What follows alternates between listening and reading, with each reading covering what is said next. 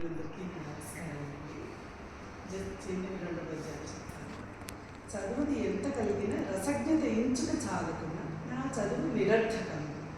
గుణ సంయుక్తులు ఎవ్వరు మెచ్చరెచ్చటని బదలుగా మంచి కూడా నిలపాకం చేసిన నేను అందు ఇంపొదవడు ఉప్పు లేక రుచి పుట్టక నేర్చినట్టయ్యే భాస్కర. అంటే మనం ఎంత చదువుకున్నా కూడా చదువు సారం మనం గ్రహించలేక దాన్ని ఉపయోగించలేకపోతే అది నిరర్థకం అవుతుంది.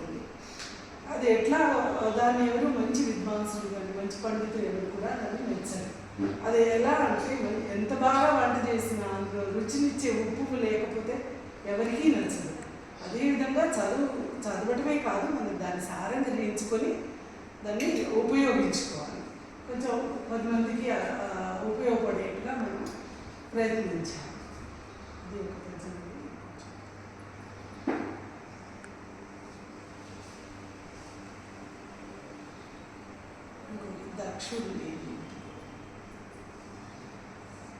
దక్షుడు లేని ఇంటికి పదార్థము వేరొక చోట నుండి వేలక్షలు వచ్చుతుంది. పలాయనమైచను కళ్ళ కాదు ప్రత్యక్షం వాగులు వరదలు వచ్చిన నీరు నిలిచిని అక్షయమైనట్టు గంటి తిరిగినట్టు తటాకములోన భాస్కర.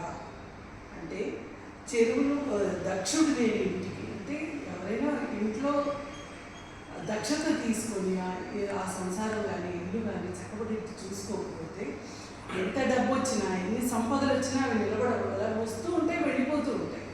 అది ఎలా అంటే చెరువుకి మంచి తటాకానికి దాన్ని గండి పడితే ఎన్ని నీళ్ళు వచ్చినా బాగులు వరదలు ఎక్కడి నుంచి నీళ్ళు వచ్చి కొట్టుకొచ్చినప్పుడు దాంట్లో నిలబడవు. అలాగే పోతూ ఉంటాయి, వెళ్ళిపోతూ ఉంటాయి. వచ్చింది ఇది నిలబడదు అని అర్థం.